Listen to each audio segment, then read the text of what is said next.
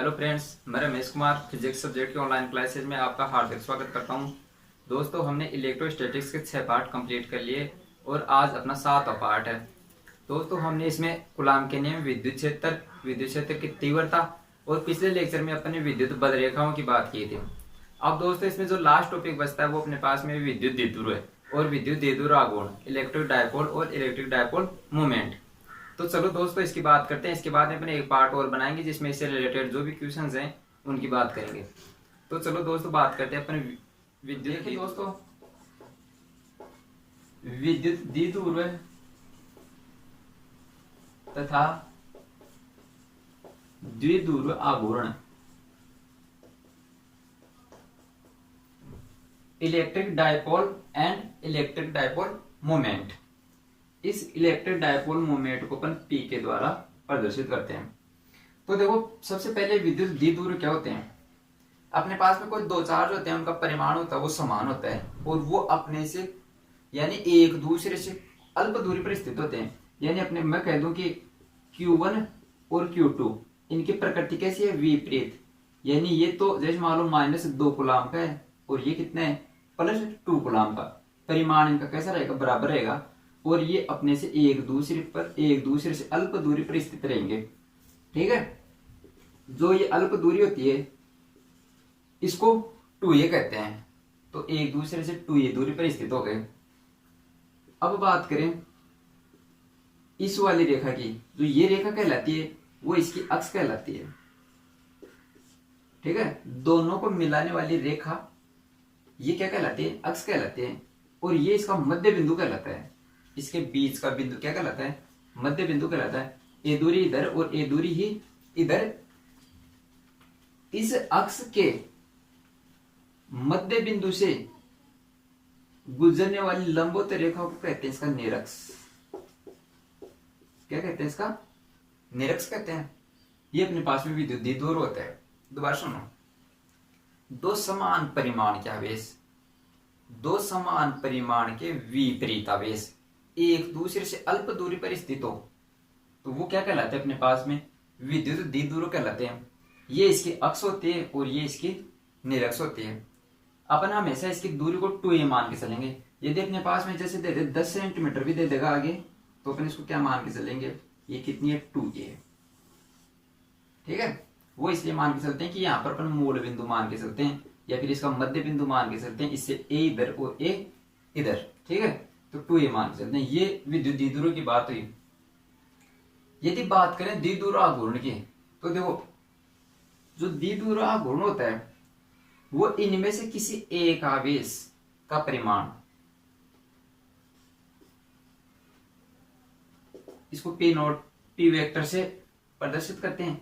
इसमें से किसी एक का परिमाण, जिसको कह दूं मैं Q। देखो, इसको Q1 और Q2 की जगह आप माइनस और प्लस Q से प्रदर्शित कर सकते हो, क्योंकि क्या है, ये समान परिमाण के आवेश हैं। जो होगा वो A का तो परिमाण और इन दोनों के बीच की दूरी के गुणनफल के बराबर होता है विद्युत द्विध्रुव आघूर्ण। तो ये अपने पास में इसका फॉर्मूला आ गया। ये फॉर्मूला अपने को ध्यान में रखना विद्युत द्विध्रुव आघूर्ण का। अच्छा, एक चीज और इसमें, इस द्विध्रुव की दिशा कैसी होती है, इसकी दिशा हमेशा माइनस से प्लस की ओर होती है।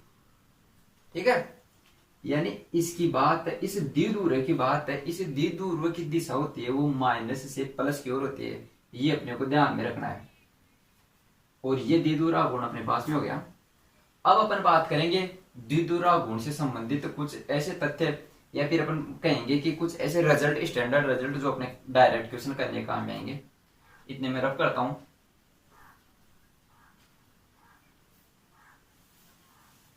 तो देखो, अब देखते हैं विद्युत द्विध्रुव के कारण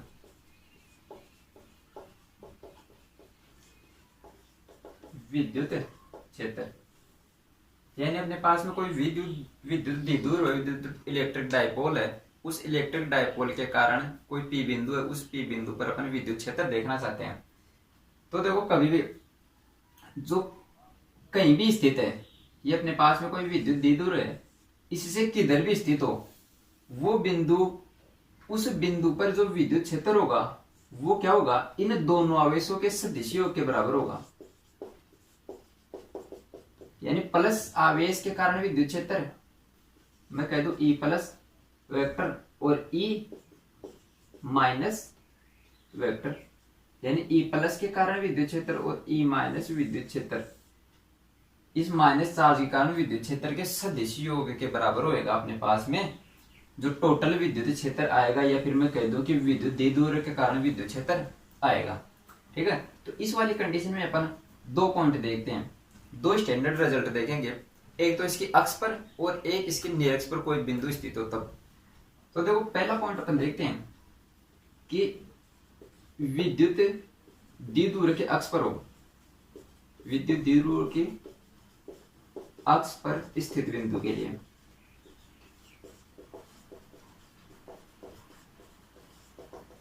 विद्युत क्षेत्र, ये अपने पास में कोई माइनस और प्लस, ये अपने पास में कोई विद्युत द्विध्रुव है जिसके बीच की दूरी कितनी होती है, अभी बताया मैंने 2a, यानी a इधर और a इधर, a तो ये और a ये, टोटल कितनी हो गई 2a। ये अपने पास में विद्युत द्विध्रुव है। इसकी अक्ष मैंने बताई कि इन दोनों को मिलाने वाली रेखा, ये इसकी क्या कहलाती है, अक्ष कहलाती है। तो इसकी अक्ष पर स्थित कोई बिंदु P है जो इसके केंद्र से कितनी दूरी पर है, r दूरी पर है। सुनना, विद्युत द्विध्रुव से r दूरी पर स्थित इसकी अक्ष पर कोई बिंदु P के लिए विद्युत क्षेत्र की तीव्रता ज्ञात करनी है। इसे r दूरी पर है, P बिंदु है, इसकी अक्ष पर स्थित है। अच्छा, अपन ने देखा कि कहीं पर भी हो अपन क्या करेंगे, प्लस के कारण और माइनस के कारण विद्युत क्षेत्र की तीव्रताएं निकालेंगे और उनका सदिश योग करेंगे। तो देखो सबसे पहले अपन क्या करते हैं, प्लस आवेश के कारण यहाँ पर विद्युत क्षेत्र की तीव्रता निकालेंगे। तो ई प्लस के कारण और ई माइनस के कारण, और उन दोनों का योग कर देंगे, वो अपने पास में क्या आएगा, ई टोटल आ जाएगा, जो कैसी राशि आएगी, सदिश राशि।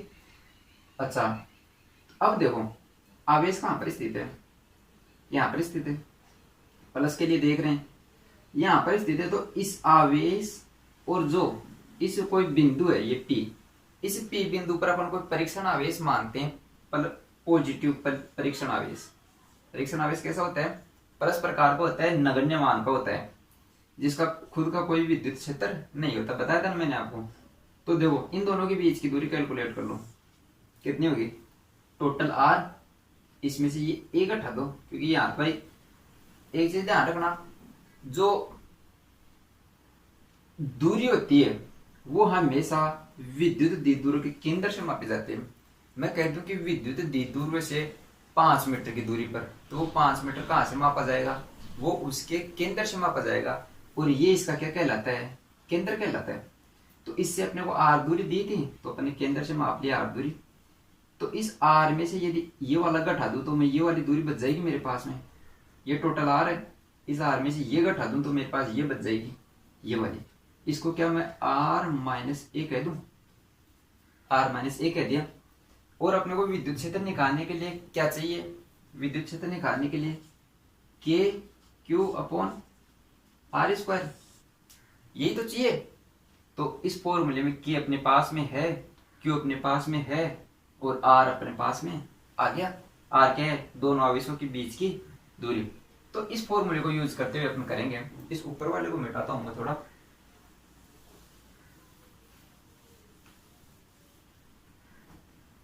देखो सबसे पहले वो प्लस चार्ज के कारण अपने पास में, जिसको ई पॉजिटिव से शो कर रहा हूं, वो अपने पास में आ जाएगा। फॉर्मूला लगाओ, के क्यू अपॉन आर, कितना है इन दोनों के बीच का, R minus A, R minus A का स्क्वायर। और इसकी दिशा कैसी होगी, इसकी दिशा इससे बाहर की तरफ, जिसको मैं पी कैप से शो कर रहा हूं। ठीक है, यदि अपन बात करें ई माइनस की, यानी कि माइनस के कारण जो विद्युत क्षेत्र अपने पास में आ रहा है वो कैसा होएगा, फॉर्मूला लगा दो, के क्यू अपॉन आर चाहिए अपने को, इस माइनस वाले कारण। देखो केंद्र तक अपने पास जो दूरी आ रही है वो आर आ रही है और दूरी ये वाली और बच गई, तो इन दोनों के बीच की दूरी यानी केंद्र से इसकी दूरी कितनी है अपने पास में ए, यानी अपन ये टोटल दूरी अपन कह सकते हैं आर प्लस ए, यानी इन दोनों के बीच की दूरी आर प्लस ए ये हो जाएगी। तो अपन कह सकते हैं ये आर प्लस ए का होल स्क्वायर। ये अपने पास में चार्ज वो कैसा है नेगेटिव चार्ज, इस नेगेटिव चार्ज के कारण जो दिशा मिलेगी इधर वाली अपन ने कैसे मानी प्लस वाली, तो इसके कारण कैसी होगी आकर्षण प्रकृति रहेगा, क्योंकि ये कैसा चार्ज है प्लस चार्ज, प्लस चार्ज को ये माइनस वाला क्या करेगा आकर्षित, तो इसके कारण जो विद्युत क्षेत्र की दिशा आएगी वो कैसी आएगी विपरीत आएगी प्लस वाले के कारण, क्योंकि प्लस वाले और प्लस में तो ऐसे प्रतिकर्षण और माइनस माइनस में माइनस और प्लस में आकर्षण, तो ऐसे तो इस वाले को मैं कह दूंगा माइनस है। ठीक है, इसमें ध्यान रखना या तो आप इस वाले को नेगेटिव ले लेना कि भाई मैंने क्यों नेगेटिव ले लिया, या फिर आप करना कि इसकी दिशा में नेगेटिव ले लेना, दोनों ही जगह साइन मत रख देना, एक जगह आएगा या तो इसके साथ या इसके साथ, और माइनस साइन अपने को दिशा को इस बताएगा लास्ट में। तो अपने पास में ई प्लस और ई माइनस मिल गया। टोटल फॉर्मूला अपने पास में क्या रहेगा सदिश योग, तो इन दोनों का सदिश योग कर दो, इन दोनों को जोड़ दो, तो ई टोटल अपने पास में आ जाएगा। यदि इनको जोड़ेंगे तो देखो के क्यू और के क्यू अपने पास में क्या आ रहा है कॉमन आ रहा है, और पी के भी अपने पास में क्या आ रहा है कॉमन आ रहा है। तो देखो के क्यू ये मैंने कॉमन ले लिया, अंदर क्या बचा, अंदर मेरे पास बचा 1/r माइनस ए का होल स्क्वायर। इधर क्या बचा, इधर मेरे पास एक तो ये साइन बचा माइनस वाला, और इधर मेरे पास के क्यू बाहर आ गया, तो 1/r प्लस ए का होल स्क्वायर ये बच गया, और पी के मेरे पास दिशा है वो मैंने बाहर ले ली। अब देखो इसका क्या करेंगे अपन, इसको सोल्व करने के लिए इसका एलसीएम लेंगे। एलसीएम में अपन क्या करते हैं r माइनस ए का होल स्क्वायर और r प्लस ए का होल स्क्वायर दोनों आ गए अपने पास में। ऊपर तो क्या आ जाएगा, ये है ये तो पूरा पूरा जा रहा है, तो ये वाला r प्लस ए का होल स्क्वायर माइनस साइन था, ये है तो इधर वाला तो इसको मिल गया, बच गया कौन r माइनस ए वाला, तो r माइनस ए का होल स्क्वायर ये अपने पास में आ गया। बाहर क्या था अपने पास में के क्यू और इधर क्या था पी के, ये क्या आ रहा है अपने पास में ई टोटल का वेक्टर। देखो इस नीचे वाले टर्म को देखो, क्या इन दोनों का जो स्क्वायर है इस स्क्वायर को मैं बाहर ला सकता हूं दोनों से ही, इसको मिटा देता हूं थोड़ा सा, फिर देखो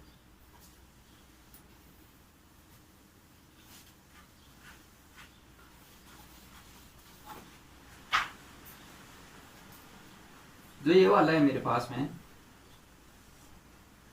इसको r माइनस ए और r प्लस ए, इसका भी स्क्वायर इसका स्क्वायर, इन दोनों पे स्क्वायर लगा दिया मैंने बाहर, तो दोनों पे आ गया क्योंकि इनटू में है गुणा में है, तो इसका स्क्वायर और इसका स्क्वायर प्लस माइनस होता तो फॉर्मूला लगता, डायरेक्ट हो गया अपने पास में। ये बाहर मैंने ले लिया इसका स्क्वायर, तो ये देखो a प्लस बी और a माइनस बी का फॉर्मूला बन रहा है, और a प्लस बी और a माइनस बी का फॉर्मूला क्या बनता है अपने पास में a square minus B square, तो ये अपने पास में R square minus A square का फॉर्मूला बन गया, और जिसका स्क्वायर ऑलरेडी लगा हुआ है ये बाहर की तरफ, तो ये अपने पास में आ गया। इस टर्म को मैं ये लिख सकता हूँ, यानी जो ये टर्म है इसको मैं ये लिख सकता हूँ, तो इसको ही लिख दो, इस बीच वाले टर्म को समझाने के लिए लिखा, ये आ गया। ये अपने पास में के क्यू बाहर है और पी के बाहर है, इसको भी सोलो कर लो। देखो इसको सोलो करोगे तो ये क्या आएगा अपने पास में R square plus A square plus 2r A, R square plus A square plus 2r A. फिर देखो जो माइनस बाहर लगा हुआ है तो minus R square minus A square, फिर देखो इसमें फॉर्मूले में आता है माइनस 2ab, यानी कि 2r ए माइनस का, तो माइनस और माइनस इंटू हो गए प्लस हो गए, तो 2r ए आर स्क्वायर और ए स्क्वायर से ये कट गया आपस में, सिर्फ क्या बचा 2r है, 2r है, यानी कि अपने पास में क्या आया 4r a, ये आ गया अपने पास में। बाहर अपने पास में के क्यू है, ये अपने पास में ई टी। यदि इसको मैं डायपोल की टर्म में लिखना चाहूं कि अपने पास में जो डायपोल मोमेंट डी दूर आघूर्ण होता है वो भी अपने देखा था कितना होता है, पी वेक्टर बराबर कितना होता है,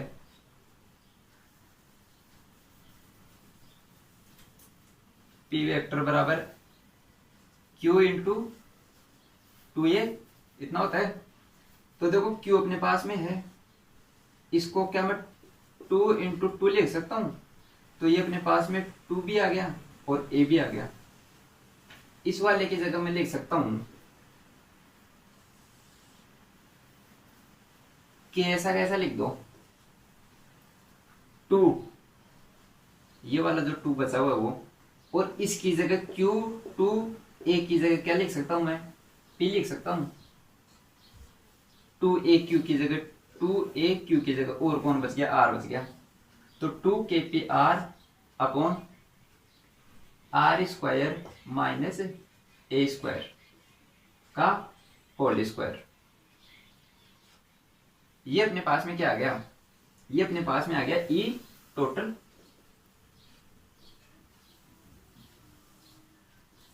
ये अपने पास में ई टोटल मिल गया।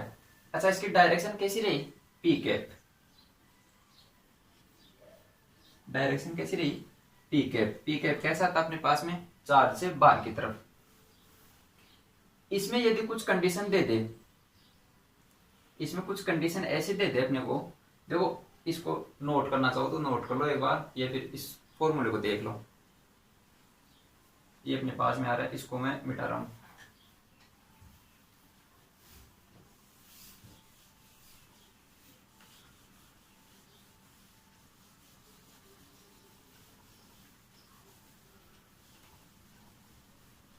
जो ये फॉर्मूला आ रहा है अपने पास में, ये आ रहा है ई टोटल का, यो कितना आ रहा है 2kp r upon are square minus A square का स्क्वायर और पी के इसकी डायरेक्शन। ये फॉर्मूला अपने को किसके लिए मिला, ये फॉर्मूला द्विध्रुव की अक्ष पर स्थित किसी बिंदु के लिए अपने को विद्युत क्षेत्र की तीव्रता का मान मिल गया। इसमें कंडीशन ऐसी दे दे कि जो इन दोनों के बीच की दूरी a है वो बहुत छोटी हो r से, यानी कोई द्विध्रुव है हो, उसके बीच की दूरी है 2a, तो जो a है वो बहुत दूर हो और जो r है वो बहुत बड़ा हो, यानी इन दोनों के बीच की दूरी तो 1 सेंटीमीटर हो और ये हो अपने पास में 10 मीटर, r 10 मीटर हो और ये 1 सेंटीमीटर हो। तो इस 10 मीटर के सामने ये बहुत छोटा मान हो गया, इसको अपन नेगलेक्ट कर सकते हैं, यानी 0 के बराबर मान सकते हैं। तो यदि ऐसी कंडीशन अपने को मिल जाए, उस कंडीशन के लिए अपन इसका मान देखेंगे, तो वो अपने पास में आएगा, अपन एक ही जगह क्या रख देंगे, 0 रख देंगे। तो अपने पास में 2kp r अपॉन देखो r स्क्वायर माइनस 0 का स्क्वायर यानी r की पावर 4, 2 और 2 कितना हो गया, r की पावर 4, r की पावर 4 से एक r कट गया, ये वाला r कट गया, तो यहाँ पर कितना आ जाएगा क्यूब, और ये r यहाँ से चला जाएगा क्योंकि ये कट गया। तो अपने पास में लास्ट फॉर्मूला कितना है 2kp upon r cube,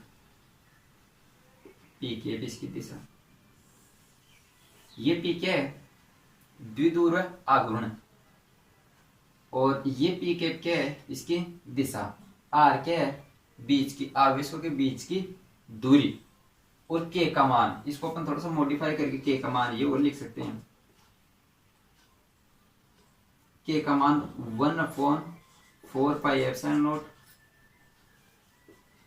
2p upon R cube,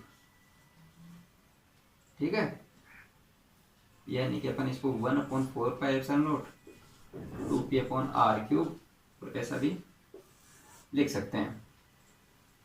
ये बात हुई यदि अपने पास में जो बिंदु है वो कहां पर स्थित है, वो अपने पास में द्विध्रुव की अक्ष पर स्थित है। इसके लिए अपने पास में फॉर्मूला है 2kp/r³। ये वाला फॉर्मूला अपने को ध्यान में रखना है। समझ लो इसको एक बार, यदि अपने पास में कोई द्विध्रुव आघूर्ण था, उससे P बिंदु पर, उसकी अक्ष पर स्थित बिंदु पर विद्युत क्षेत्र निकालना है, तो क्या करेंगे, वो उन दोनों आवेशों के सदिशियों के बराबर होगा, प्लस चार्ज और माइनस चार्ज कारण। तो पहले अपने प्लस के लिए निकाला, फिर अपने माइनस के लिए निकाल लिया और उन दोनों को ऐड कर दिया। तो जो कॉमन चीज आ रही है वो कॉमन ले लो और बाकी को अंदर वाले को सोल्व कर लो। जब अंदर वाले को सोल्व किया तो अपने पास में क्या है, ये वाली क्वांटिटी अपने पास मिली। इसमें यदि ये वाली कंडीशन रख देते हैं इसमें, तो अपने को ये लास्ट में फाइनल मिल जाता है। अब अपन देखते हैं कि यदि जो बिंदु है वो अक्ष पर स्थित न होकर निरक्ष पर स्थित हो। इसको रफ कर देता हूं दोस्तों। अब अपन देखते हैं विद्युत द्विध्रुव की निरक्ष पर स्थित बिंदु के लिए, निरक्ष पर स्थित बिंदु के लिए विद्युत क्षेत्र की तीव्रता, वो बिंदु क्या नाम उसका P बिंदु है और वो उसके केंद्र से कितनी दूरी पर, R दूरी पर स्थित है। मैं यहाँ पे बता रहा हूँ, ये अपने पास में नेगेटिव चार्ज है और ये यहाँ पे पॉजिटिव चार्ज है, यानी ये माइनस का Q है और ये प्लस का Q है। ये इसकी अक्ष हुई और ये इसका मध्य बिंदु हुआ, ये A दूरी, ये A दूरी, इतना अपन ने पहले पढ़ लिया। ये इसके केंद्र, यानी ये यदि निरक्ष पर चाहिए तो अपने को इसे केंद्र से लंबवत रेखा खींचनी पड़ेगी, तो ये इसकी लंबवत रेखा यहाँ पे अपने को मिल गई। इसके P बिंदु पर अपने को विद्युत क्षेत्र की तीव्रता निकालनी है। तो देखो, आवेश और इस बिंदु के बीच की दूरी पहले निकालेंगे अपन, उसको मैं मान लेता हूं L, ठीक है। ये दूरी बराबर रहेगी क्योंकि आवेशों के बीच, ये इन दोनों के बीच की दूरी A और ये 90 डिग्री का कोण, ठीक है, ये 90 डिग्री का कोण। यदि ये अपने पास में थीटा है तो ये भी क्या होगा, थीटा होगा। अब समझना, ये निरक्ष पर स्थित कोई बिंदु है तो अपन क्या करेंगे, वही पहले वाला प्रोसीजर, प्लस के कारण और माइनस के कारण जो आ रहा है उन दोनों का सदिश होगी, ये अपने पास में क्या मिल जाएगा, E टोटल मिल जाएगा। इसके लिए अपने दो टर्म की आवश्यकता पड़ेगी, एक तो L की और एक cos थीटा की। तो L वो अपने पास में आ जाएगा, करण है तो करण स्क्वायर बराबर आधार स्क्वायर प्लस लंबी स्क्वायर, यानी R square plus A square. जो ये P बिंदु है, ये इन दोनों के बीच की दूरी अपने को कितनी दी है, R दी है। तो P और केंद्र, मैंने भी बताया था आपको, जो दूरी देता है वो हमेशा द्विध्रुव के कहां से देता है, केंद्र से अपने को मापनी पड़ती है, केंद्र से देता है। ये मिल गया। और cos थीटा आधार बटे हुए कर्ण, आधार अपने पास में है A, कर्ण है अपने पास में L, यानी R square plus A square का अंडर रूट। ये इतनी चीज अपने को दी हुई है। यदि अपने को यहाँ पर विद्युत क्षेत्र की तीव्रता निकालनी है तो सबसे पहले अपन प्लस का निकालेंगे, फिर माइनस का निकालेंगे और उन दोनों का सदिश योग करेंगे। तो दोस्तों यहाँ पर देखो दिशाएं अपने को दो मिलेगी।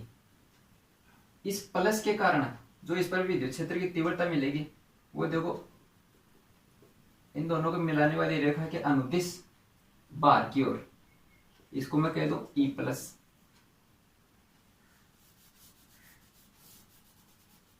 जो ये मिलेगी अपने को अंदर की तरफ, क्योंकि ये कैसा चार्ज है, माइनस चार्ज, और ये कैसा परीक्षण चार्ज कैसा होता है, पॉजिटिव, तो ये अंदर की तरफ।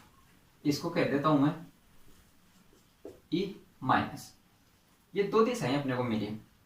यदि ये सदिश राशियां होती हैं तो अपने को क्या लेना पड़ता है, इनका परिणामी लेना पड़ता है। तो इसका परिणामी किधर आएगा, इसका परिणामी किधर आएगा, अपन इनके घटक बना लेते हैं। परिणामी निकालने के लिए क्या बना लेते हैं, घटक बना लेते हैं। एक तो अपने पास में लंबवत घटक आएगा और इसकी अक्ष के अनुदिश घटक आएगा। जो लंबवत घटक मिलेगा वो ये वाला और इधर ये वाला। तो देखो यदि ये थीटा है तो ये अपने पास में कैसा आएगा, थीटा, यानी ये थीटा है तो ये कैसा रहेगा, थीटा, और ये थीटा है तो ये भी अपने पास कैसा आएगा, थीटा। यदि दो समांतर रेखाएं होती हैं, इनको ये रेखाएं काटती है तो ये वाला थीटा तो ये वाला भी कैसा थीटा, संगत कोण कहते हैं उनको। तो ये थीटा तो ये थीटा और ये थीटा तो ये थीटा, दो अपने को ये राशि मिल गई।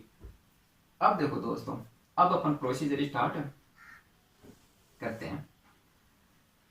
इस प्लस के घटक बनाओ, जो थीटा के साथ जुड़ा हुआ वो तो कैसा आ जाएगा, ई कोस थीटा, किसके कारण, प्लस के कारण। इधर क्या आ जाएगा, ई साइन थीटा, किसके कारण, प्लस के कारण। माइनस वाले के बनाओ, जो थीटा के साथ जुड़ा है वो तो कैसा आ जाएगा, ई माइनस कोस थीटा, और जो थीटा के साथ नहीं जुड़ा वो कैसा आ जाएगा, ई साइन थीटा, किसके साथ, माइनस वाला। डायग्राम अच्छे से समझ गए आप, दो दो घटक अपने को मिल गए। अब देखो, जो लंबवत घटक है इन दोनों की दिशाएं विपरीत है।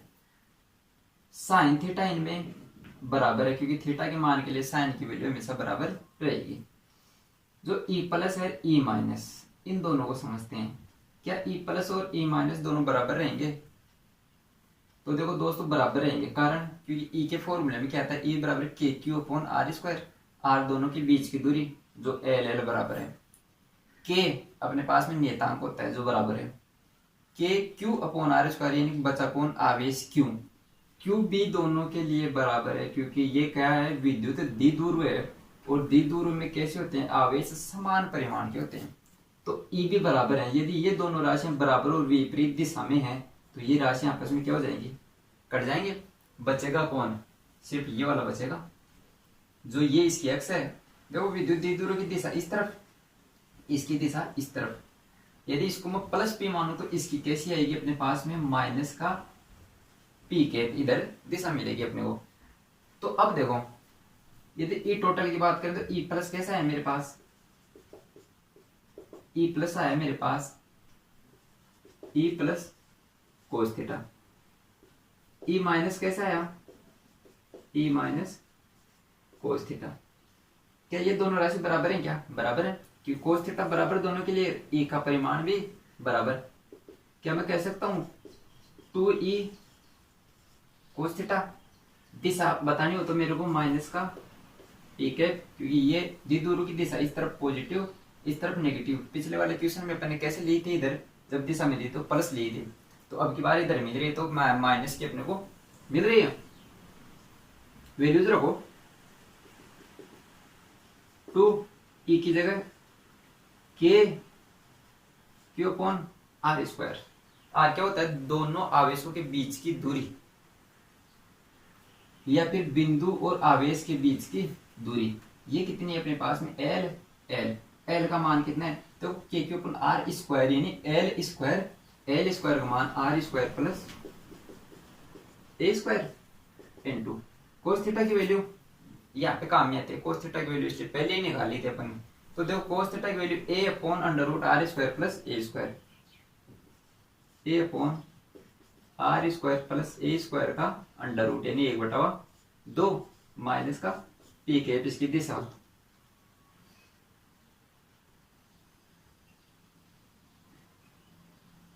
इसकी पावर 1, दोनों सेम राशियां आधार समान तो गाते हैं, जुड़ जाती हैं। 1 प्लस 1/2 3/2। ये इधर आया अपने पास में 2kq अपॉन a। सबसे पहले तो नीचे वाले को सलटा लो आप, कितना बचा, आर स्क्वायर प्लस ए स्क्वायर की पावर 3/2। ऊपर वाला क्या रहेगा अपने पास में, देखो इसमें विद्युत द्विध्रुव कंसिडर करना है, जो कितना होता है, P बराबर Q इंटू 2a। ठीक है, Q है अपने पास में, 2 है अपने पास में, A है अपने पास में, बचा कौन, K, और इसकी जगह क्या आ जाएगा, P, KP। इधर है अपने पास में P कैप, इसकी दिशा, और माइनस साइन आ गया अपने पास में। ये क्या मिला अपने को, E टोटल। तो दोस्तों ये अपने पास में आ गया विद्युत क्षेत्र की तीव्रता विद्युत द्विध्रुव के निरक्ष पर स्थित किसी बिंदु के लिए जो r दूरी पर स्थित होता है। यदि अपन पहले की तरह इसमें भी कंडीशन लगाना चाहिए, कौन सी वाली, a बहुत छोटा हो r से, ये कंडीशन लगाना चाहिए। तो देखो a कितना हो गया 0, तो r की पावर 2 की पावर 3/2, 2 से 2 कट गया, कितना बचा आर क्यूब, यानी अपने पास में जो ई मिलेगा वो कितना मिलेगा माइनस के पी अपॉन आर क्यूब, ये इसकी दिशा। ये अपने को टोटल रिजल्ट मिल गया। इस रिजल्ट को ध्यान से देखो, क्या ये रिजल्ट और जो पहले वाला अक्ष पर स्थित बिंदु के लिए रिजल्ट निकला था, इन दोनों में कोई रिलेशन अपने को मिल रहा है क्या? ध्यान से देखोगे तो आपको पता चलेगा, उसमें यहाँ पर 2 था, इसमें 2 नहीं है, उसमें प्लस था, इसमें माइनस है, यानी एक तो दिशा का फर्क पड़ रहा है। उसमें दिशा इसके अक्ष के अनुदिश इधर थी और इसमें दिशा कैसी है, ऐसी है, ठीक। लेकिन परिमाण की बात करें तो परिमाण इसमें मिल रहा है अपने को आधा, उसमें 2 गुना परिमाण मिल रहा है। यानी कि अपन कह सकते हैं कि अक्ष पर स्थित बिंदु का विद्युत क्षेत्र निरक्ष पर स्थित बिंदु से दुगना होता है। यानी ई अक्ष का परिमाण है वो 2 गुना होता है ई निरक्ष। यानी यहां पर ई निरक्ष की वैल्यू को यदि 2 से गुणा कर दूं मैं, तो मेरे पास ये ई अक्ष के लिए मिल जाएगा। तो ये परिमाण अपने पास में आ गया, ये रिजल्ट अपने पास में आ गया, इसको ध्यान में रखना। और ये अपने पास में ये डेरिवेशन अपने पास में हो गया, इसको देख लो और नोट कर लो। रफ करता हूं इसे।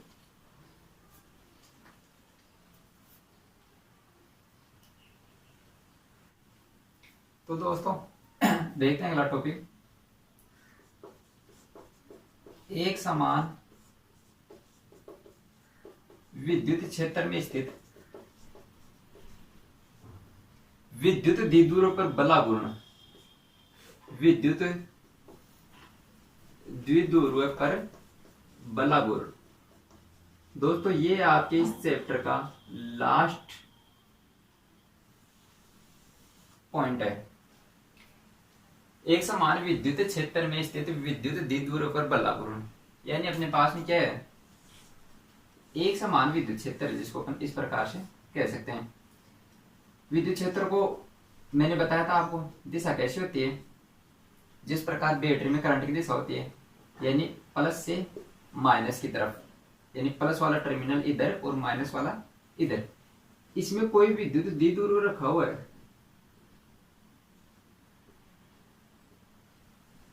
यानी यहां पर कोई विद्युत द्विध्रुव रखा हुआ है, थीटा कोण पर रखा हुआ है। ये वाला कोण क्या है, थीटा है।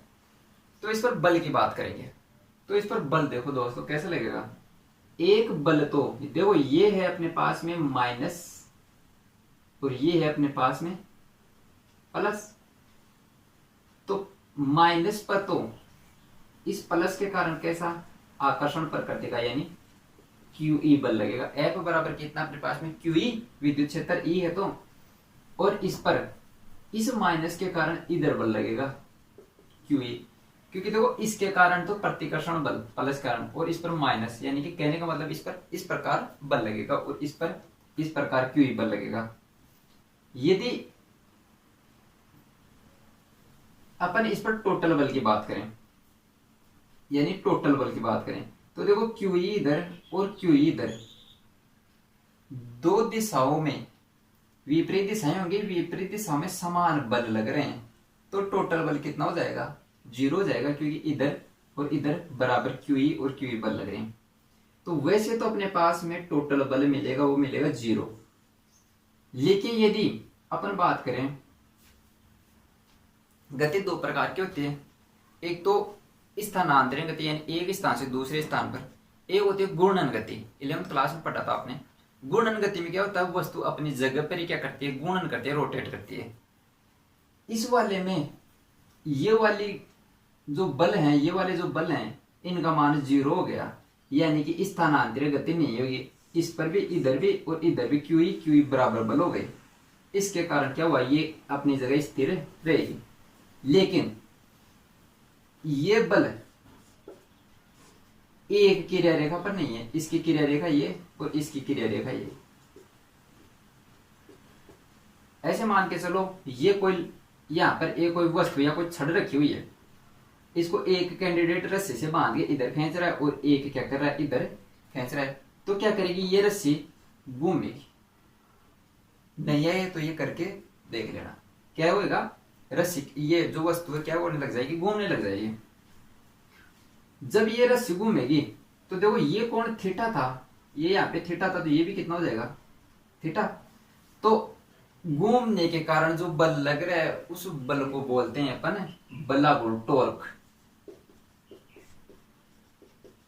एक बलागुण लगेगा द्विध्रुवों पर जिसको अपन टॉर्क के द्वारा निरूपित करते हैं, वो कितना हो जाएगा अपने पास में, देखो इन दोनों पर लग रहे हैं एक बल, यानी बल इनटू उनके बीच की लंबवत दूरी, ये होता ना। अरे इनको तो आपने इलेवन पढ़ रखा है, बलागुण को तो लास्ट के चैप्टर में नहीं पढ़ा कि बल होता है और उनके बीच की दूरी होता है, तब अपने पास टॉर्क बलागुण मिलता है, गुणन गति में बताया था। तो ये अपने पास में बीच की दूरी और बल चाहिए, तब अपन टो का मान निकाल सकते हैं। तो बल तो कितना है, क्यू, दोनों के बीच की लंबवत दूरी और चाहिए भाई। देखो इन दोनों के बीच की दूरी कितनी होती है, यानी दो आवेश, द्विध्रुव के दोनों आवेशों के बीच की दूरी होती है 2a। ये मेरे को थीटा दे दिया, तो थीटा दे दिया तो इसको मैं एक त्रिभुज के रूप में बना लू इधर, ठीक। इसके घटक निकाल दूं, ये तो मेरे पास है 2a, तो इधर का इस दूरी का घटक निकालूंगा तो वो तो मिलेगा मेरे को 2a cos थीटा, क्योंकि थीटा के साथ जुड़ा हुआ है। और जो ऊपर वाला घटक है वो मिलेगा मेरे को 2a sin थीटा। भाई दो इधर और इधर दोनों तो बराबर ही हैं, ये वाली इसके बीच की दूरी ये और ये तो बराबर ही होगी क्योंकि समांतर रेखा है। तो ये मेरे पास जो लंबवत दूरी, दो के बीच की लंबवत दूरी कितनी मिली, 2a sin थीटा, ठीक है। जो 2a sin थीटा मिली इसको मैंने ऐसे कह दिया,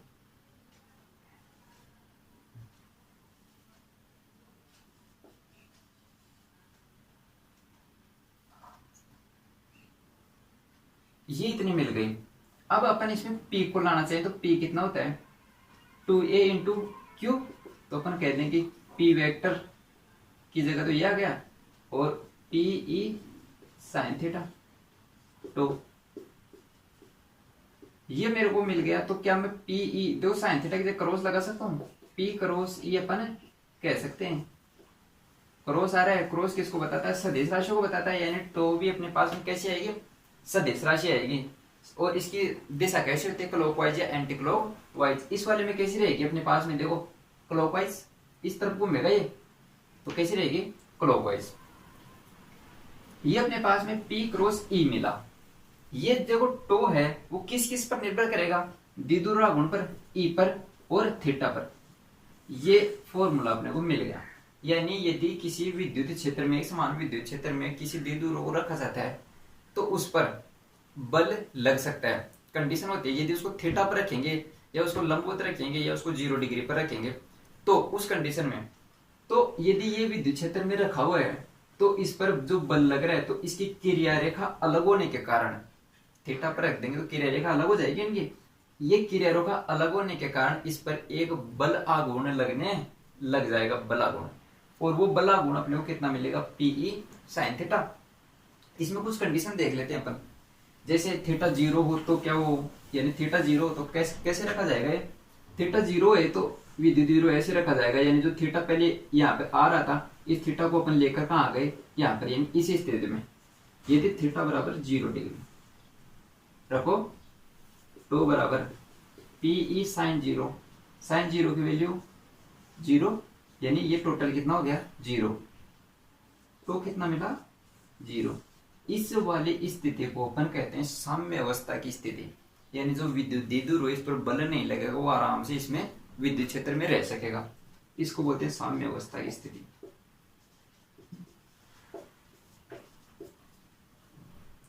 यदि अपन थीटा बराबर 180 डिग्री रख दें तो 180 रखोगे तो 180 का मान माइनस, यानी अपन कह सकते हैं टो मिलेगा मेरे को माइनस Pe। नहीं, ये मिलेगा अपने को 0 पे प्लस वाला मिलता है। देखो इस तरफ तो ये प्लस वाला रहता है, और मतलब दिशा इस तरफ तो इसकी प्लस हो गई और इधर चली गई, तो इसकी दिशा कैसी होगी, माइनस। क्योंकि अपन एक तरफ वाला प्लस ले लिया तो दूसरी तरफ वाला कैसा ले लेंगे अपन, माइनस का। तो साइन थीटा के कारण ये जीरो तो हो गया, लेकिन इसकी दिशा है वो इस तरफ प्लस थी और इस तरफ कैसे हो गई माइनस। इसके कारण जो अपने पास टो है जब तक 180 डिग्री है तब तक तो वो स्थिर अवस्था में रहेगा, यानी साम्य अवस्था में रहेगा। लेकिन 180 से इसको थोड़ा सा भी हिला दिया इसको, तो क्या होगा, ये पूरा का पूरा 180 डिग्री रोटेट करेगा। इसलिए अपन इसको ऐसा कहेंगे, इसको साम्य अवस्था नहीं कहकर अपन इसको अस्थायी साम्य अवस्था कहेंगे। क्या कहेंगे इसको, अस्थायी साम्य अवस्था।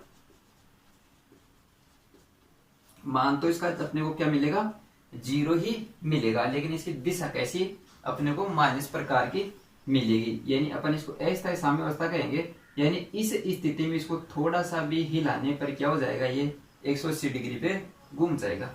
यदि जीरो पे रहे तो जीरो पे थोड़ा सा घुमाओगे ये वापस आके वहीं पे गिर जाएगा, यानी जाना नहीं जाएगा, यानी वो स्थायी साम्य अवस्था थी। इसको क्या कहेंगे, स्थायी परमानेंट। यदि थीटा बराबर 90 डिग्री हो तो थीटा बराबर 90 डिग्री हो तो अपने पास ऐसे रखा हुआ रहेगा, जो विद्युत द्विध्रुव है वो अपने पास ऐसा रखा होगा। और साइन 90 का मान कितना होता है, 1। क्या साइन 90 का मान मैक्सिमम होता है क्या साइन के लिए, हाँ 1 इसका मान अधिकतम होता है। तो अपन कह सकते हैं कि जो टो मिलेगा वो मेरे पास पीई मिलेगा, जो मेरे पास कितना रहेगा, अधिकतम बलाघूर्ण मिलेगा अपने को।